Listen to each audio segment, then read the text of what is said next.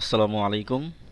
তো বন্ধুরা, আপনাদেরকে কথা দিয়েছিলাম দ্বিতীয় পর্বে আমরা শিখতে পারবো কিভাবে পেজ সেটআপ দিতে হয় এবং পেজ সেটআপ দিয়ে কিভাবে একটি এক্সেল শিটকে আমরা সুন্দরভাবে প্রিন্ট দিতে পারি।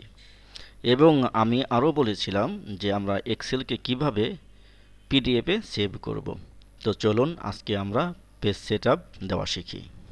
যে পেজটি ওপেন আছে আপনারা দেখতে পাচ্ছেন, এটা যদি আমরা প্রিন্ট দেই, আমরা প্রিন্ট ফাইলে গিয়ে প্রিন্ট নামক অপশন থেকে প্রিন্ট দিতে পারি। আমরা দেখতে পাচ্ছি এই পেজটির ওয়ার্কশিটটি এক কর্নারে চলে আসছে। এটা সুন্দর দেখা যাচ্ছে না, এটা প্রিন্ট দিলে ভালো দেখা যাবে না। এটা আমরা কিভাবে প্রিন্ট দিতে পারি? আমরা কিন্তু প্রিন্ট দুইভাবে দিতে পারি। ফাইলে এসে প্রিন্ট নামক অপশনে ক্লিক করে প্রিন্ট দিতে পারি। আবার আমরা কন্ট্রোল পি কন্ট্রোল পি চেপেও আমরা প্রিন্ট দিতে পারি। নর্মালি আমরা কন্ট্রোল পি চেপেই প্রিন্ট দেব। তো চলুন দেখি পেজ সেটআপটি কিভাবে করা যায়। আমাদের সর্বপ্রথম দেখতে হবে পেজটির সাইজ কি দেওয়া আছে, অর্থাৎ এই পেজটি A4 সাইজে আছে, লিগ্যালে আছে না লেটারে আছে। নর্মালি আমরা যত ডকুমেন্ট প্রিন্ট দেই সেটা সাধারণত A4 পেপারে প্রিন্ট দিয়ে থাকি। আর যেসব পেপার মূলত স্ট্যাম্প এবং বিভিন্ন অঙ্গীকারপত্র হয়, মূলত স্ট্যাম্প জাতীয় পেপারগুলো আমরা লিগ্যাল পেজ সাইজে প্রিন্ট দিয়ে থাকি। যেহেতু এটা একটি ডকুমেন্ট, সেটা নর্মালি A4 সাইজে আমরা প্রিন্ট দেব। পেজ সেটআপ দেওয়ার জন্য আমরা পেজ লেআউট নামক অপশনে প্রবেশ করব। পেজ লেআউট, এখানে আসার পরে আমরা সাইজ নামক অপশনে ক্লিক করব। সাইজ, আমরা দেখতে পাচ্ছি এই পেজটি, এই ডকুমেন্টটি লিগ্যালে আছে, অর্থাৎ লিগ্যাল পেজে আছে। এখন আমরা এটি A4 সাইজ সিলেক্ট করে দেব। যেহেতু আমাদের পেপার A4 সাইজের, সেজন্য আমরা A4 সাইজ সিলেক্ট করব। A4 সাইজ সিলেক্ট হয়ে গেল। এরপরে আমরা পেজটির ওরিয়েন্টেশন করব। যে পেজটি আমরা ওরিয়েন্টেশন দুই প্রকার। ওরিয়েন্টেশন হলো একটা পোর্ট্রেইট, অর্থাৎ খাড়া খাড়ি থাকে, খাড়া অর্থাৎ উপর আর নিচের দিকে লম্বা থাকে।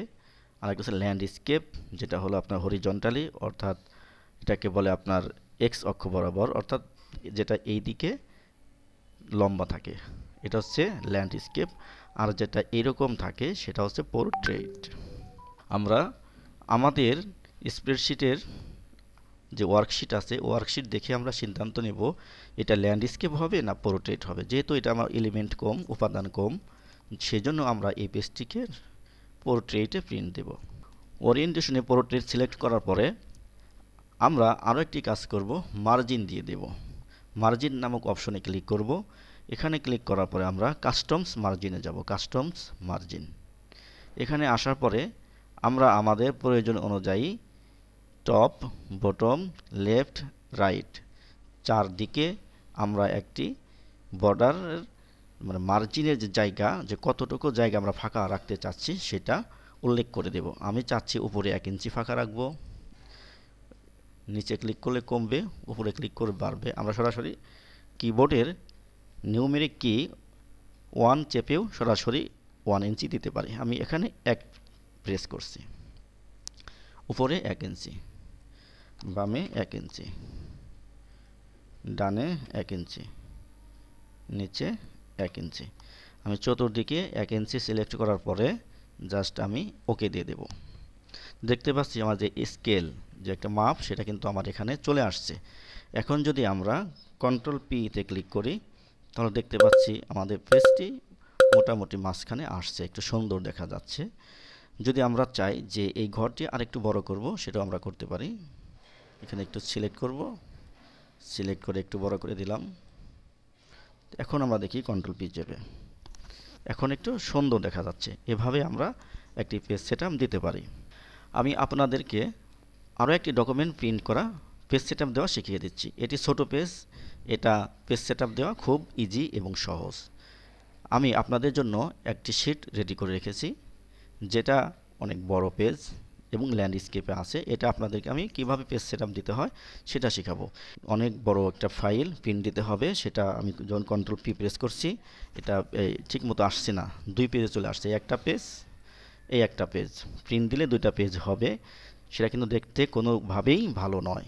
এভাবে প্রিন্ট দিলে কোনো কর্মকর্তা কোনোভাবেই মেনে নেবে না, কোনো অফিস কোনোভাবেই এটাকে অ্যাকসেপ্ট করবে না। তাই আমরা এই বড় পেজটাকে কিভাবে পেজ সেটআপ দেব সেটা আপনাদেরকে দেখিয়ে দিচ্ছি। পেজ সেটআপ দেওয়ার জন্য আমরা প্রথমেই বলেছি পেজ সাইজ সিলেক্ট করতে হবে। কোথায় থেকে সিলেক্ট করতে হবে?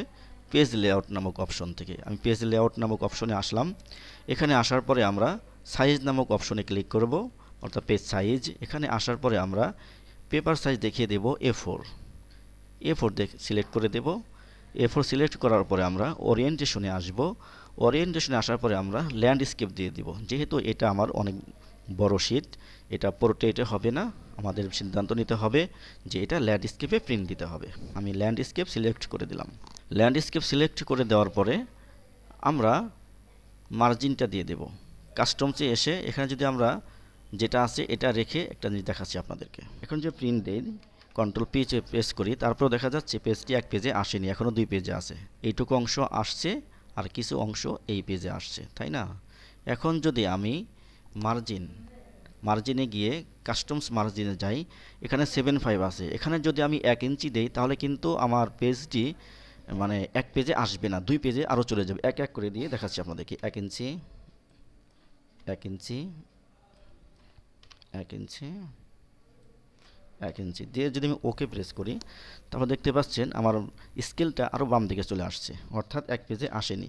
এই পেজে এই অংশ আর 4টা পেজ হয়ে গেছে এখন। 2, 3, 4, অর্থাৎ একটি শিট, একটি ওয়ার্কশিট 4টি পেজে প্রিন্ট হবে এখন। তাই এটিকে আমরা কিভাবে এক পেজে নিয়ে আসতে পারি সেটা আপনাদেরকে শিখিয়ে দিচ্ছি। আপনারা মনোযোগ দিয়ে দেখুন। যদি একবার ভিডিওটি দেখে না বোঝেন তাহলে আপনারা 2বার 3বার দেখুন, একটু টেনে টেনে দেখুন, তাহলেই বুঝতে পারবেন। এই কাজটি করার জন্য আমি মার্জিন নামক অপশনে আবার যাব। এখানে আসার পরে আমরা কাস্টমস মার্জিনে প্রবেশ করব। এখানে এসে আমরা মার্জিন দিয়ে দেব টপে 0.5 অর্থাৎ হাফ ইঞ্চি, লেফটে 0.5, রাইটে 0.5, বটমেও 0.5 দিয়ে আমরা দেখব এখন পেজ সেটআপটি ঠিক মতো হয়েছে কিনা। ওকে দিলাম। এখনও দেখতে পাচ্ছি আমার এক পেজে আসে নেই। তাহলে কি করব আমরা? তাহলে আমরা লেফট এবং রাইট সাইডে মার্জিনকে আরও কমিয়ে দেব, একেবারে 0 করে দেব। আপনাদেরকে শেখানোর জন্য বারবার দিয়ে দেখাচ্ছি যাতে আপনারা এভাবে এই প্রসেসে কাজটি করতে পারেন। কাস্টমস মার্জিন আমি লেফটে একেবারে 0 দিয়ে দিলাম, রাইটেও 0 দিয়ে দিলাম। এখন আমি ওকে বাটনে প্রেস করব। আমরা দেখতে পাচ্ছি এখনও কিছু অংশ আছে যেটা এখনও আমার এক পেজে আসেনি। এক পেজে না আসেনি, সেই জন্য আমরা কি করব? এখন আরও একটি কাজ করব, যে এখানে দেখতে পাচ্ছি আমরা স্কেল 100% আছে। এই স্কেল থেকে আমরা একটু কমিয়ে দিই। 100% আছে, আমরা 95% করে দেই। তারপরও আসেনি, আমরা আরও 5% কমিয়ে দেই, 90%। এখন দেখতে পাচ্ছি আমরা মোটামুটি চলে আসছে, শুধুমাত্র একটা কলাম বাদ আছে। এই একটা কলাম বাদ আছে, এটাকে ঠিক করার জন্য আমরা এমপ্লয়ি আইডির জন্য আমাদের এত বড় জায়গার প্রয়োজন নেই, এটা একটু আমরা ছোট করে দেব। এখনও আসেনি, তাহলে কি করতে পারি? আমরা দেখব কোন ঘরটা বড় আছে আমাদের এখানে। যে ঘরটা এত বড় না হলেও চলে, ঠিক সেভাবে আমরা সেই ঘরটির একটু একটু করে জায়গা ছোট করে দেব। এই ঘরের নেমের অপশনের জায়গাটি আছে, এটা আমি একটু ছোট করে দিচ্ছি, এখন দেখতে পাচ্ছি আমার স্কেলটি ডান পাশে সরাসরি মিলে গিয়েছে। এখন যদি কন্ট্রোল পি দেই তাহলে দেখতে পাবেন সম্পূর্ণ ওয়ার্কশিটটি এক পেজে চলে আসছে। আপনারা দেখতে পাচ্ছেন সম্পূর্ণ ওয়ার্কশিটটি এক পেজে চলে আসছে। আমরা চাইলে খুব সহজে এভাবে একটি অনেক বড় এক্সেল শিটের ওয়ার্কশিটটি এভাবে পেজ সেটআপ দিয়ে প্রিন্ট দিয়ে দিতে পারি। আশা করি আপনারা বুঝতে পারছেন কিভাবে এক্সেলের অনেক বড় শিট পেজ সেটআপ দিতে হয় এবং পেজ সেটআপ দিয়ে প্রিন্ট দিতে হয়। এখন আমি বলেছিলাম কিভাবে এই এক্সেল শিটটিকে পিডিএফে রূপান্তর করব। পিডিএফে রূপান্তর করার জন্য আমরা ফাইল নামক অপশনে ক্লিক করব। ক্লিক করার পরে আমরা সেভ অ্যাজ নামক অপশনে ক্লিক করব। সেভ অ্যাজ, এখানে ক্লিক করার পরে আমরা ব্রাউজ নামক অপশনে ক্লিক করব। ক্লিক করার পরে আমরা এই ফাইলের লোকেশন দেখিয়ে দেব, অর্থাৎ ফাইল ডিরেক্টরি, মানে এই ফাইলটি আমি কোথায় সেভ করতে চাচ্ছি সেই লোকেশনটি দেখিয়ে দিতে হবে। আমি চাচ্ছি এই ফাইলটি ডেস্কটপে সেভ করব, সেই জন্য আমি ডেস্কটপ সিলেক্ট করব। সিলেক্ট করার পরে আমরা সেভ অ্যাজ টাইপ, এই সেভ অ্যাজ টাইপ আছে এক্সেল ডট এক্সএলএস এক্স, এটা হচ্ছে এক্সেলের এক্সটেনশন। আমরা এখানে ক্লিক করব। ক্লিক করার পর এখান থেকে আমরা খুঁজে বের করব পিডিএফ কোথায় আছে। আমরা দেখতে পাচ্ছি এই যে পিডিএফ নামক অপশন, এই পিডিএফ নামক অপশনে ক্লিক করলেই এই শীটটি পিডিএফ হয়ে যাবে। জাস্ট এখন শুধু আমরা সেভ নামক অপশনে ক্লিক করব। সেভ নামক অপশনে ক্লিক করার পরে আমরা দেখতে পাচ্ছি আমার শীটটি পিডিএফ হয়ে গিয়েছে। আমি সম্পূর্ণ শীট কেটে দিচ্ছি।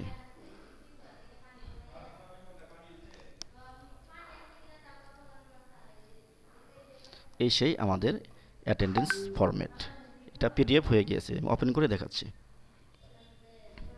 তো বন্ধুরা, আপনারা দেখতে পাচ্ছেন কিভাবে পেজ সেটআপ দিতে হয় এবং পেজ সেটআপ দিয়ে আমরা একটি ওয়ার্কশিটকে কিভাবে সুন্দরভাবে প্রিন্ট দিতে পারি এবং এক্সেল শিটকে কিভাবে পিডিএফে রূপান্তর করতে পারি।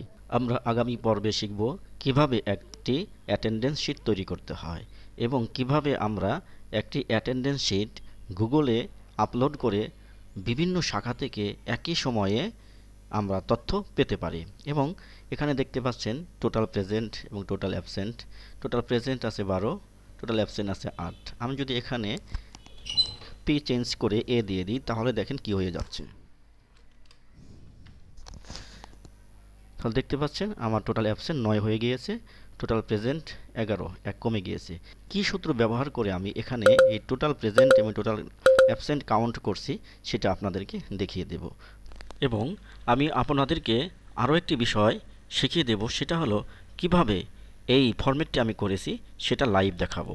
এছাড়া এখানে আমি দেখতে পাচ্ছেন ফ্রাইডে লিখেছি, ভার্টিক্যাল কিভাবে আছে, এগুলো সব ডিটেইলস নিয়ে আমরা এই ফরম্যাটটি লাইভ তৈরি করব, যাতে করে আপনারা খুব সহজে যে কোনো ফরম্যাট তৈরি করতে পারেন এবং গুগলে আপলোড দিয়ে যে কোনো তথ্য খুব সহজে পেতে পারেন।